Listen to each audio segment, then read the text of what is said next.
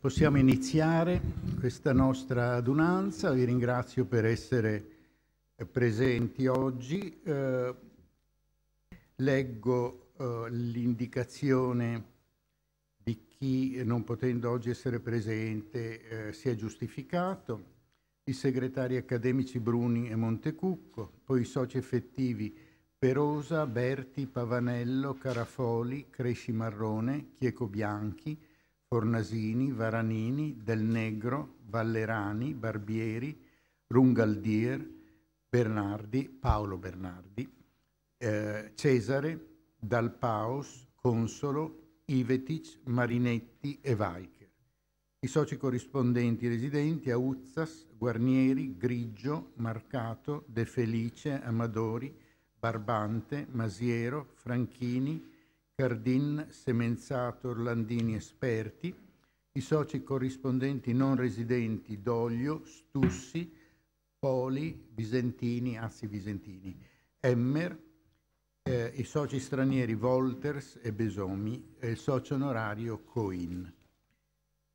Cominciamo la nostra riunione di oggi chiedendo se vi siano modifiche al verbale che è stato regolarmente spedito via mail a tutti i soci relativamente all'adunanza del 30 settembre. Se non ci sono richieste di modifiche, in questi casi poi preghiamo sempre di anticiparle per semplificare i lavori. E comunque, non essendoci richieste di modifiche, possiamo procedere con questa prima fase, che è quella di un ricordo. Quindi chiederei al consocio Costoris di venire per ricordare il nostro socio effettivo Giuseppe Zuccalà. Grazie. Grazie Presidente. Io vorrei iniziare con una considerazione. Adesso io ricorderò Giuseppe Zuccalà, ma poi è prevista la presentazione di una nota per gli atti sul pensiero di Loris Premuda. Ebbene, Loris Premuda era molto amico di Giuseppe Zuccalà e, a quanto mi risulta, è stato il suo presentatore a questo istituto. Quindi mi pare bella, non so se è una coincidenza casuale, ma mi pare bello dirlo in esordio. La parabola umana e accademica di Giuseppe Zuccalà mi sembra caratterizzata da due costanti. Una particolare attrazione verso la cultura tedesca, desiderio di creare sempre nuove occasioni di legami, di intrecci tra quella cultura e l'Università di Padova, e un'instancabile tenacia, una determinazione assoluta in tutte le numerose iniziative che ha intrapreso, sempre con successo, sempre con grande capacità gestionale e diplomatica. Però andiamo con ordine. Nasce a Reggio Calabria nel 1925, si iscrive a giurisprudenza a Messina, dove allora rifulgeva l'insegnamento di Pugliatti, civilistico, il cui rigore tecnicistico lascerà un'impronta nel giovane studente che poi si ritroverà nei suoi lavori successivi.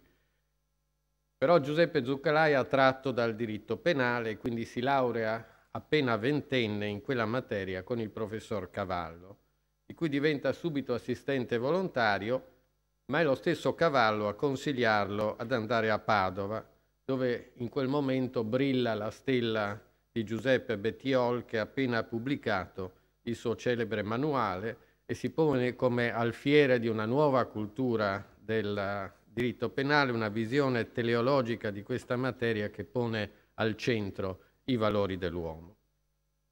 Così nel 1946, ventunenne, Giuseppe Zuccalà lascia la sua terra, lascia gli affetti familiari, lascia una comoda prospettiva di carriera forense che probabilmente avrebbe potuto avere nello studio paterno. Il padre era uno dei penalisti di punta in città, e va al nord, va a Padova, seguendo solo la sua vocazione scientifica.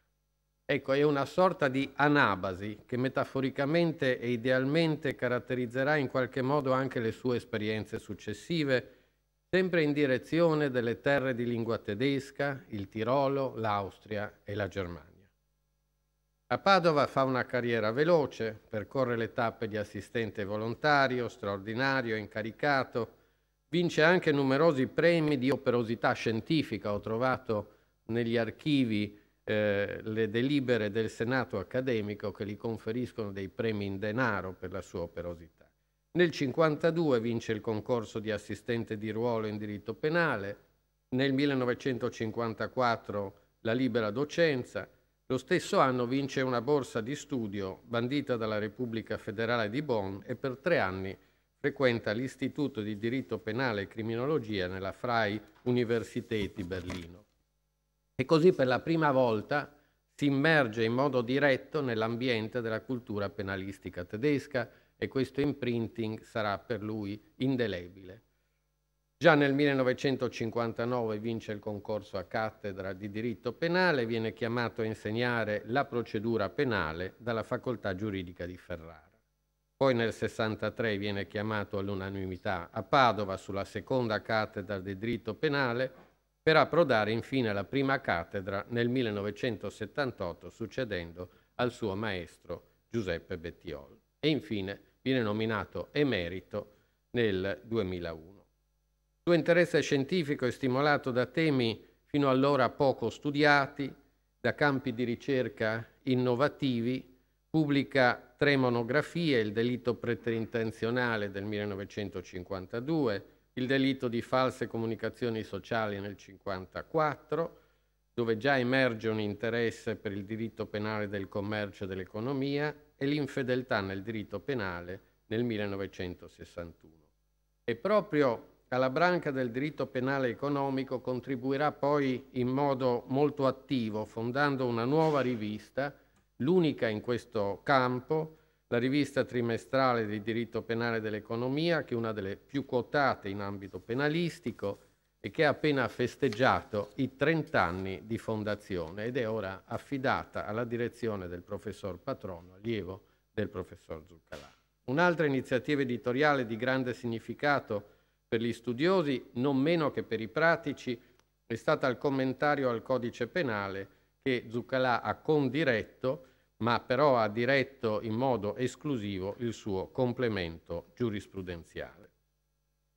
Però tutte queste attività, come pure a partire dal 1962 l'attività forense, si sono sempre intrecciate con la sua incessante e appassionata opera di promozione e organizzazione culturale, nella prospettiva di una sempre più forte e stretta collaborazione integrata tra l'Università di Padova e le altre università di lingua tedesca. Un'attività lunga, una vera e intensa diplomazia culturale che lo ha portato a intrattenere rapporti non solo con autorità accademiche, ma anche con autorità politiche e diplomatiche ai massimi livelli. A un certo punto fu anche ricevuto dal presidente austriaco Kurt Waldheim in un incontro privato.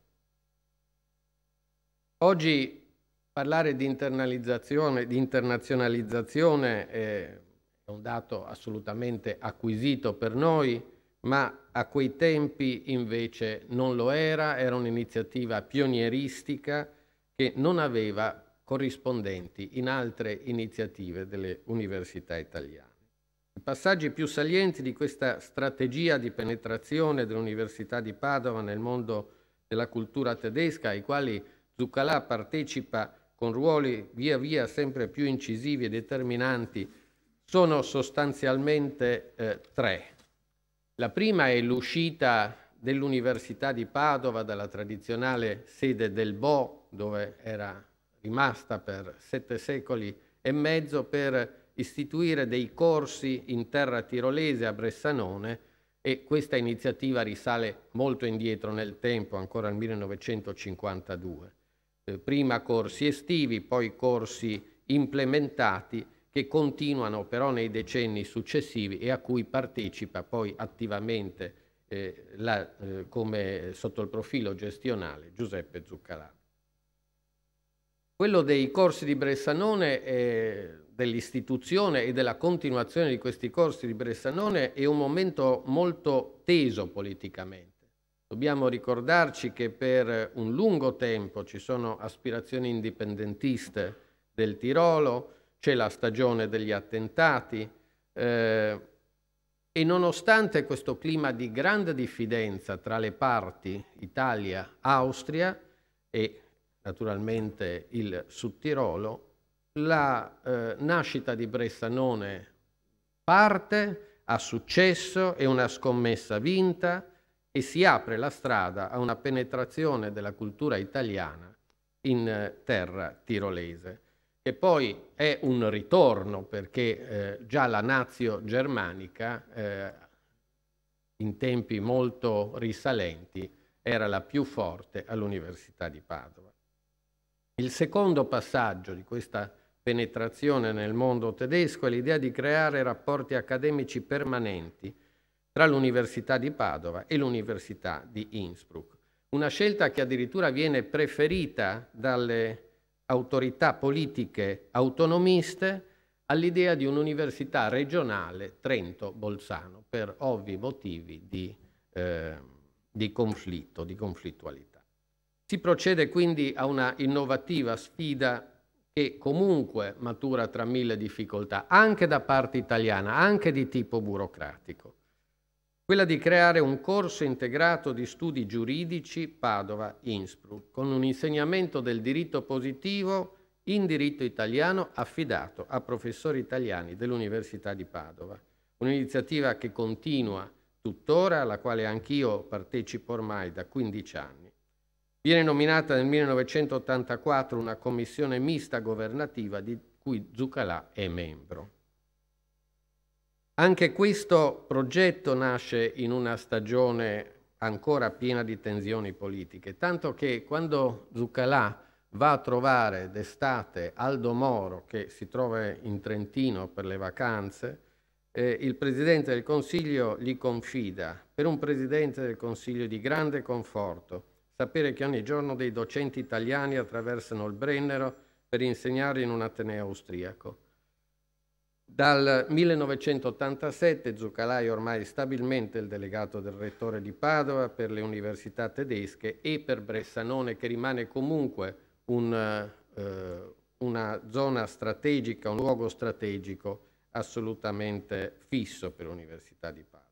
E infine c'è il terzo passaggio, in cui Giuseppe Zuccalà ha pure un ruolo veramente centrale, ed è la creazione nel 1989 del cosiddetto Triangulum, cioè un'iniziativa di collegamento tra gli atenei di Padova, di Innsbruck e di Friburgo, per lo svolgimento di programmi di docenze in varie materie, anche in medicina, in farmacia, concentrati logisticamente sul polo di Bressanone.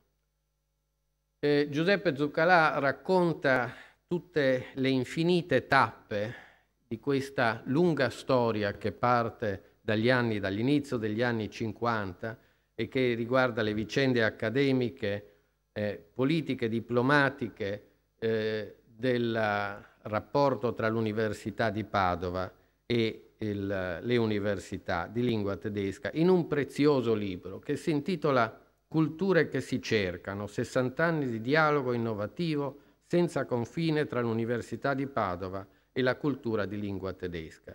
Un libro che ha scritto negli ultimi anni della sua vita, che ha corretto in bozze ancora in ospedale, che non ha visto pubblicato e che io vivamente spero sia quanto prima pubblicato. È già pronto, è già assolutamente pronto per la stampa, ed è uno spaccato importantissimo di storia, non solo di storia accademica, direi una sezione della storia minore, se vogliamo, ma una storia di una parte d'Italia che ha vissuto un periodo travagliato e che però in questo periodo travagliato è riuscita ad avere molti successi.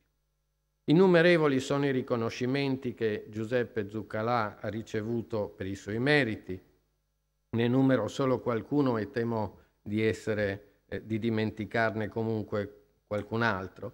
la medaglia d'oro dei benemeriti della Scuola della Cultura dell'Arte, la nomina a Ehrensenator dell'Università di Innsbruck, la Croce al Merito di prima classe del Presidente della Repubblica Federale Tedesca, il Tiroler Adler in Gold del Land del Tirolo, la nomina a cittadino onorario di Bressanone, la medaglia d'argento dell'Università di Friburgo, la medaglia d'argento benemeriti della Julius Maximilian Università di Würzburg.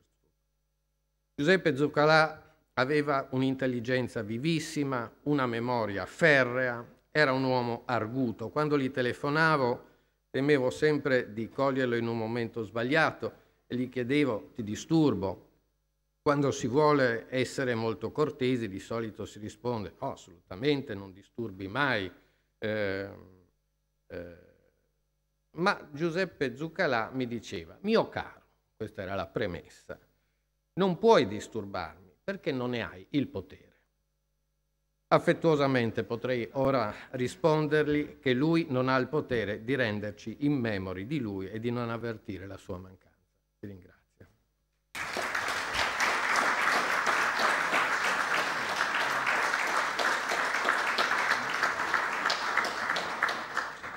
Grazie per questo bel ricordo. Sospendo la seduta per qualche minuto. Grazie.